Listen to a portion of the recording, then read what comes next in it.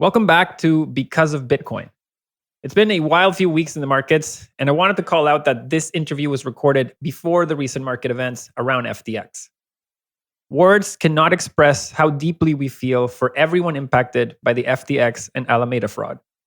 While unfortunate, what unfolded has highlighted the importance of strong and transparent business practices that prioritize the safety of client assets above all else. And at Ledden, that is at the core of what we do. We built our business around a singular belief. Our clients and their assets come first in everything that we do. This fundamental value has served us well throughout this downturn, and we remain committed to it. Ledden is in a very privileged position to lead and define this industry moving forward, and we thank you for your continued patience and trust. And now, onwards with today's story.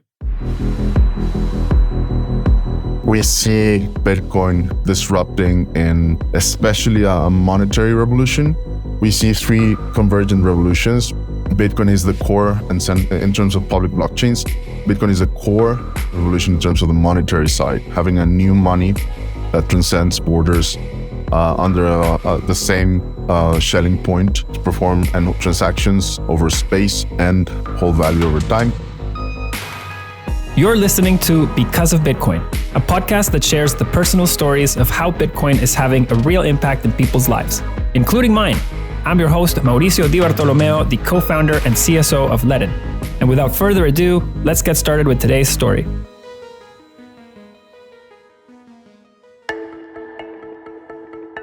There's a funny thing about the way mainstream media covers Bitcoin. They are fixated on price. They get super excited when the market is rising, like in the bull runs of 2017 and 2021, and they panic during dips like the bear markets of 2018 and the one we're living through today. Now, why the price fluctuates is not an easy question to answer. But when financial institutions make it a priority to dedicate time and research to Bitcoin, it means they take the asset class seriously. Since 2017, David Puell has used Bitcoin blockchain data to analyze price fluctuations and market sentiment. And he's a pioneer on-chain analysis, an emerging field that analysts use to value Bitcoin. David created a dozen metrics that are now used industry-wide, and many are featured in the major data platforms such as Glassnode, Coinmetrics, and CryptoQuant. In January 2022, David joined the asset management firm ARK Invest. The firm released the Big Ideas report in that same month, and it included a very bold prediction. By 2030, ARK predicts that the price of a single Bitcoin will be north of $1 million. David joined me to share how he became an on-chain analyst, and we talked through some of the current market trends that have his attention. But most importantly, David explains Bitcoin's part in a monetary evolution that will be crucial to emerging markets. I hope you enjoy it as much as I did. Well, I like to start the show by asking people, could you tell us a little bit about what your childhood was like? Pretty regular Mexican middle-class upbringing. I was raised in a very, let's say, libertarian way, in the sense that I was left to my own devices to figure out life and school and all that stuff, which, pretty much taking in responsibility, but also for gains and losses of your life, that was very helpful to me long-term, now that I look at it in hindsight. A lot of obsessions in different topics, which still goes on up to this day. Different arts, sciences. I was very curious as a child. Wasn't that into finance because I was a child, basically.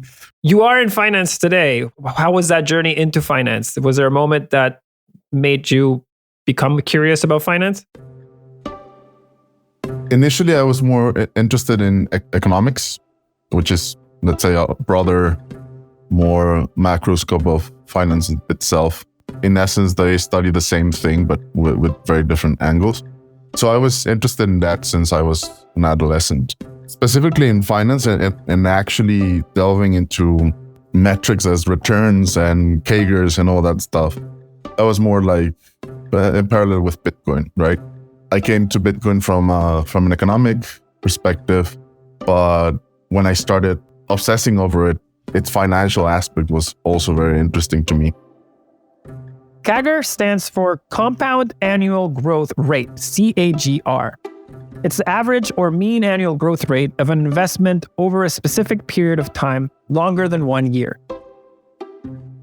When did Bitcoin come into your radar? My guess it's like sometime in 2012, let's say. But at that time, it was mostly, magic internet money. It will never work. That was the consensus that I kept listening to. And at the time, and I agree with that to my own current lament. But, it's what happens. And then I revisited over the years. But I guess you could say the full-on rabbit hole and the actual obsession, it was until 2017 when I pretty much quit everything. I was like taking a year off, volunteering, giving English lessons in a rural area around Mexico at the time. So I started like delving into that, became obsessed, and pretty much was like, yeah, I need to do this full time. I began doing that in 2017, say Q2 2017. Haven't stopped since then. Do you remember who or how did you find out about Bitcoin? The second time I revisited, I think it was one Lawrence Southern video when she was talking about Bitcoin. It kind of like popped up again. I'm like, okay, I have to revisit this. And then a friend of mine was very into it in early 2017. So he like pulled me back in. And do you recall that second time around when you went back into Bitcoin? What was the public perception around at that time? Like, how had it changed from magic internet money, and how did your view differ from, perhaps the public perception at the time? Perhaps the initial phases of me hearing about it, let's say 2011 to 13, my interest was in other things completely apart from even economics. So let's say literature, the arts, even mixed martial arts. I initially come from a literature background, actually, coming from an economical perspective, more political science perspective. When I heard about money that does not rely on a central bank fixed supply, was very interesting to me, and that it actually works and it has a robust cryptographically proven shelling point where adversaries become cooperators. That was extremely interesting to me. So that's when it all started. The Bitcoin blockchain is a public ledger that has a record of every single Bitcoin transaction. Because of this, the transaction data is available on-chain for everyone to see at any time. It would be like having a record of every single person who was passed along the same dollar bill throughout its entire lifetime. This transaction data set is what David and others used to pioneer on-chain analysis. So on-chain analysis is an emergent field trying to evaluate Bitcoin and other cryptocurrencies in a fundamentals-based perspective. In doing so, we extracting data from the blockchain, meaning transactions, time of holding per address, let's say, transaction volume, active addresses, etc., to get a fundamental sense of if Bitcoin at any given time is over or under value. I would classify it as a fundamental field of understanding Bitcoin valuation, yet it can divulge into subsets of technical analysis if you are devising strategies and things like that. How did you decide to start doing on-chain analysis for Bitcoin? Inspiration was point blank out of Willy Woo. He's the godfather of the field. I think it was late 2016 or 2017 when he came out with MVT ratio, which is the first on-chain metric.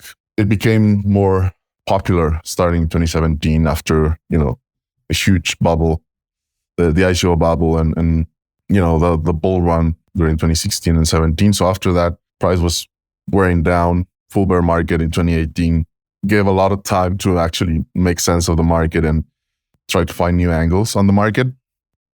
David has created over a dozen on-chain metrics that are used industry-wide by analysts. The goal of these metrics is to assess whether Bitcoin is over or undervalued. Two of the most famous ones, I guess, are MVRV, meaning market value to realized value, which is a ratio of market capitalization and realized capitalization. Realized capitalization is the market mean, to some extent, the cost basis of the market.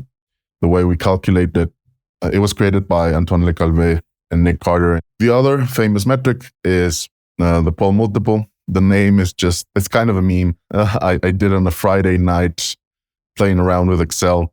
I was trying to get a sense of compression in the mining industry. I have to say the name, it's a meme because it follows the Mayer multiple, which is one up to that day was a very famous metric in Bitcoin as well. So it's credit to Trace Mayer for that. There's a very simple reason why the pool multiple has remained relevant within the analyst community. And that is because historically, when the pool multiple has been very low, it has been beneficial to buy Bitcoin. And conversely, when the pool multiple has been very high, it has been historically advantageous to sell Bitcoin to take profits. And is it fair to say that people or investors look at some of these multiples and basically get a sense for, to your point, the fair value of Bitcoin, to get an idea of where they could assess the fair value of Bitcoin being relative to the market, and then therefore finding opportunities? The metrics for the most part are very long-term cyclical metrics as opposed to just day trading, stuff like that. So you talk about these multiples being long-term and them operating on market cycles, and you've been through now a few cycles of Bitcoin, like the 2017 run-up and now the current market structure we're seeing today. Do you see any similarities with that 2017 market to today's, or do you see any new trends developing? If you're comparing, let's say, the full bull and bear cycle, 2016, 17, then the top and the bear in 2018, right now we would be more in 2018 full bear market, 74% correction. It usually gets to 80 historically or cyclically. Several changes. Bitcoin is now the without question the premier proof of work monetary system compared. So in terms of hedging and value proposition, it's very differentiated now from the rest of cryptocurrencies. I see major trends in energy related to Bitcoin, which is very important.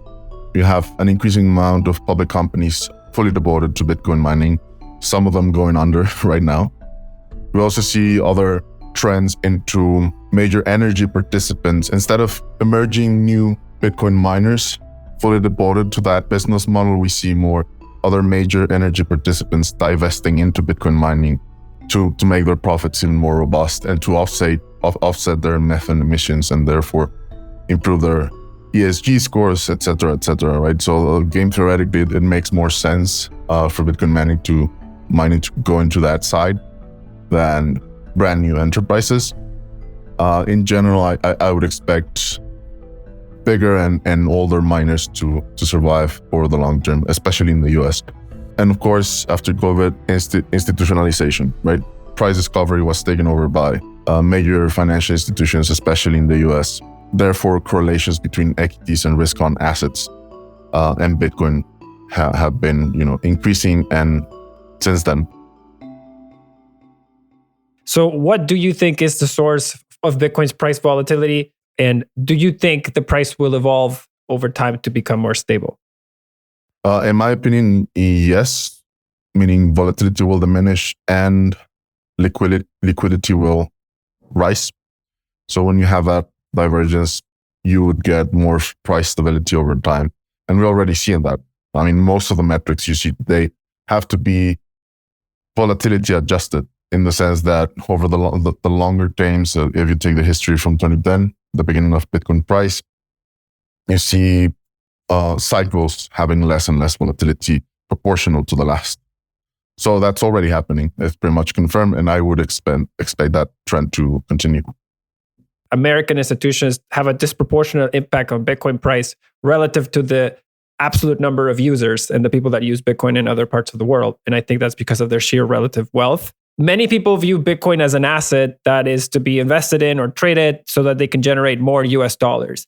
This, I believe, is a different use case than other people in other parts of the world that use it as a tool to free themselves and effectively exit their broken monetary system. How do you see this interplay between these two groups? Or do you even think of the groups as similar buckets? I think it applies to every market in the sense that in any given market, for the most part, you have very strong holders, or let's say weak to strong holders, but holders for the most part, and weak to strong speculators but speculators for the most part. And I think both of those cohorts play a very essential role in every market.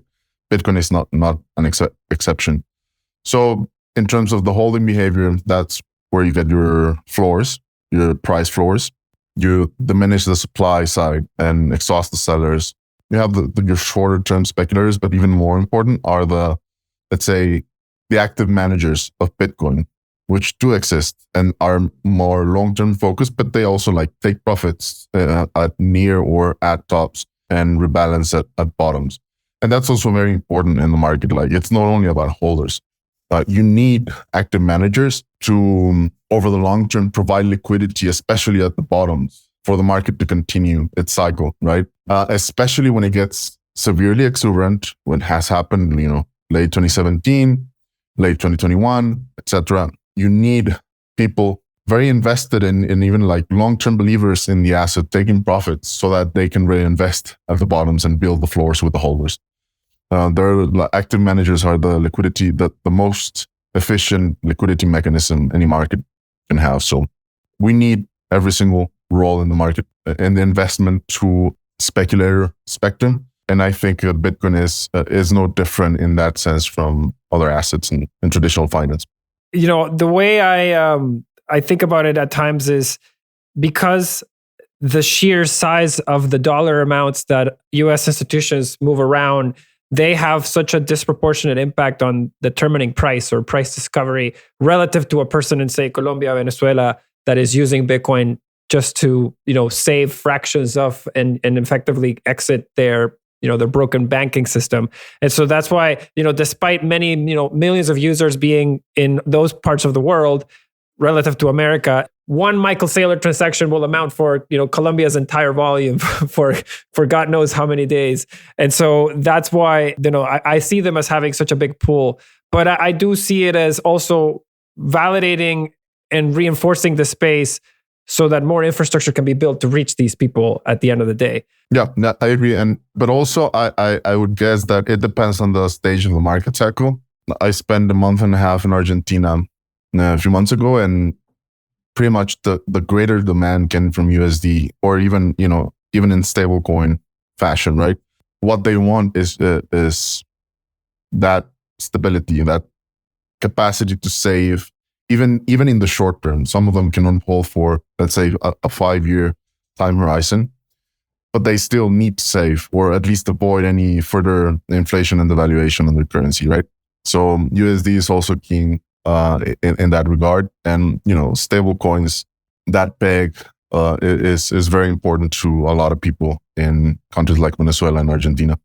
You're absolutely right to bring up the point of stablecoins. And just by virtue of Bitcoin's volatility, many people that need it as an escape valve, having the option of buying a US dollar in crypto rails, will probably find their needs served also by that crypto dollar if they just need to spend it quickly and know that they're going to have that same unit when they're on the other end. And I noticed that a lot of people, what they did was, they mostly allocate to USD or a stable coin in this case for their shorter to midterm savings. But they also allocated a much lesser amount to Bitcoin and perhaps other crypto on a more long-term, let's say a year onward horizon, right? So you start seeing a lot of very, from first principles, intelligent portfolio allocation in terms of just having a base as the USD, avoid getting your purchasing power diluted away by your own central bank, and also having the upside of the Bitcoin volatility in the long term. So that's very interesting. I would agree with that because that's consistent with what we see on the platform. And it's almost like people in that part of the world are using Bitcoin as their sort of equity equivalent or their sort of reserve equivalent in their portfolio, but their working cash flow, they still prefer dollars, US dollar denomination, which allows them, by the way, to escape pesos and bolívares, which is brilliant. Right. And that's the interesting part. It's like their actual equity curve. It becomes their actual investment asset because they don't have any access to, whatever stock in the US, right? It's extremely hard for them to just invest in anything that is not USD in a very great market already, right? And that's it. Like, what are you supposed to invest in if your currency is like falling under? It's just USD as a savings mechanism to prevent capital loss. And then if you want upside, it's just basically crypto. No, it's brilliant. And it's so funny because people were talking a lot about Bitcoin's correlation with the S&P 500 and talking about how that was terrible. And I actually turned around and was like, I don't really know if that's terrible for everyone around the world, because a lot of people would kill to have S&P 500 exposure because they otherwise can't. And so I actually think that makes Bitcoin very attractive in the right circumstances for some investors. Yeah, especially in emerging markets, for sure. ARK Invest is an investment management firm based in St. Petersburg, Florida. Founded by Kathy Wood in 2014, the firm invests in disruptive technology and innovations. So you joined ARK Invest in January, and I am a huge fan of what ARK does. Can you tell us a bit about how you got this opportunity, and maybe even talk a bit about what you do there if you can? Well, I'm known Yassine, who is the head crypto analyst at ARK for years now. So we've been friends for a long time. Then he invited me to guest write with him specifically, but through the ARK umbrella throughout 2021. So we did a 3-part series on-chain analysis that you can check in the website up to this date. It later became a 30-page white paper which is a manifesto of sorts on on-chain analysis, going through the basics to a little bit more complex stuff. During that period, I came to know Kathy and Brett, the chief futurist, but formerly director of research of ARK. They enjoyed my work and later on invited me to join, which is, it's been great. I feel blessed. How do you see Bitcoin interplaying with the larger monetary system in the future as we go past this, current bear market and beyond? It's going to become a major player. Not only in terms of the digital gold narrative or the inflation or debasement hedge narratives. I think one of the main value propositions, you just mentioned it, emerging markets need Bitcoin's value proposition to a great extent, both as an upside equity curve or access to an actual appreciating or a volatile asset, because you need volatility in your portfolio to some extent. Remittances is another. Censorship resistance is still the major one. Energy is also becoming an increasing trend, converging trend between Bitcoin and that whole sector. In terms of price appreciation, I know you've heard the 2030 target of around 1 million. And we got to that in terms of allocating the capital in terms of very small percentage amounts that other industries like gold, like remittances, like central bank reserves, corporate treasuries, et cetera, and then divesting that hypothetically into a Bitcoin market cap. We see Bitcoin disrupting in especially a monetary revolution.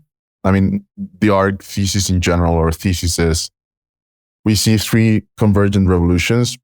Bitcoin is the core, and in terms of public blockchains, Bitcoin is a core revolution in terms of the monetary side, having a new money that transcends borders under the same shelling point to perform transactions over space and hold value over time. Bitcoin remains central in the monetary revolution, that's for sure.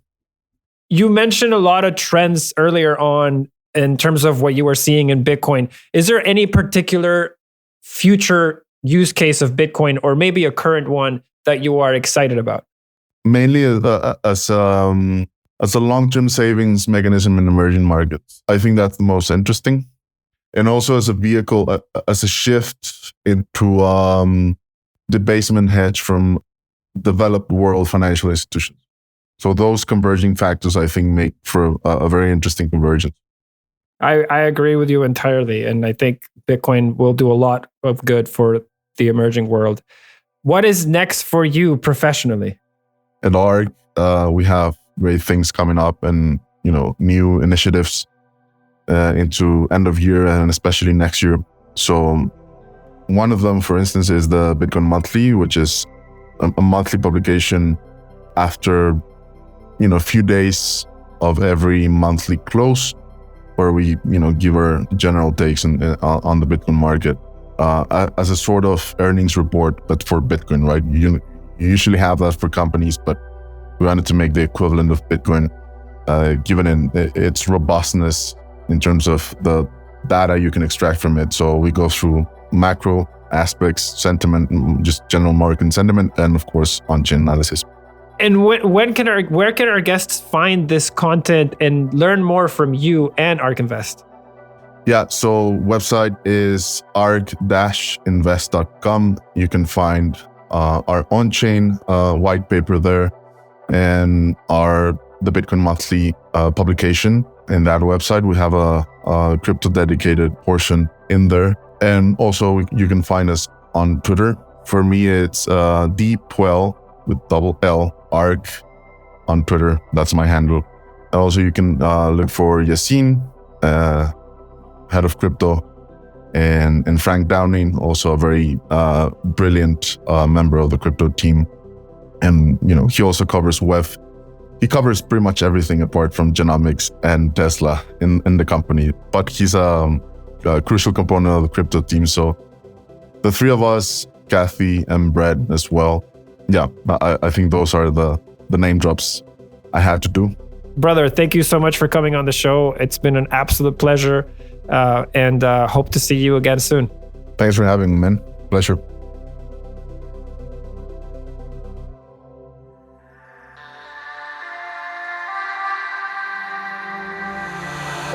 A lot has changed since I started mining Bitcoin back in 2015.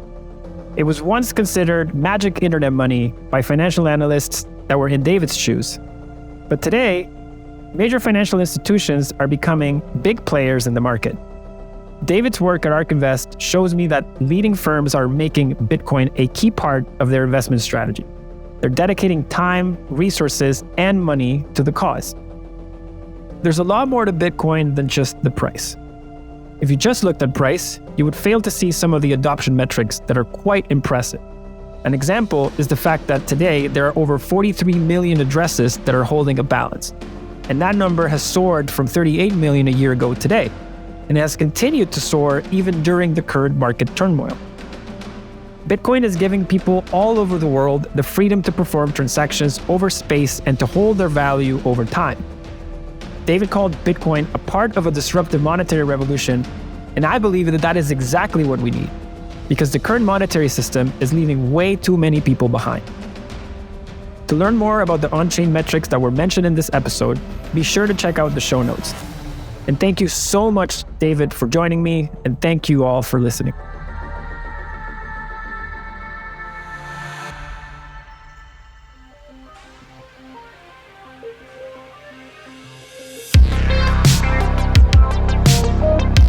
If you enjoyed this Because of Bitcoin episode, I would be very grateful for the 5 seconds it would take you to drop us a review and give us a rating on your favorite podcasting platform. This will really help us reach even more listeners.